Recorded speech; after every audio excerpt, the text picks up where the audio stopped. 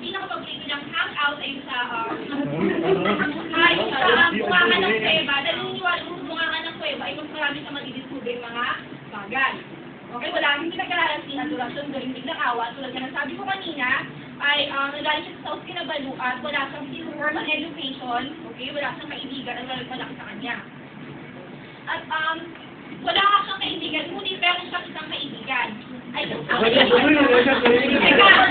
okay, magandang mga actions, ibig sabihin ay talagang interesado. Okay, wala kang kaibigang tao. Okay?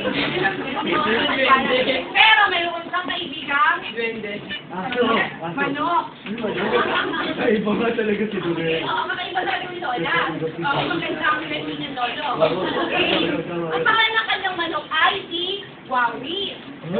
Okay, so meron na kayong idea kayo kung paano nakuha ang pangalang Wow, sarap. Okay? Mamaya ko i-friend yun, storya natin. Ang pangalan ng manok niya ay si Wawi. Si Wawi, kakaiba din itong manok dahil tungkol ang kanyang palong. Ano nakuha siya? Pinalagaan niya ito mula ng sisig pa sa nung nagkaroon ng piyesta sa kanilang lugar. Iawan sa isang sisig na kinukulayan, yung pinapalagunan. Yun.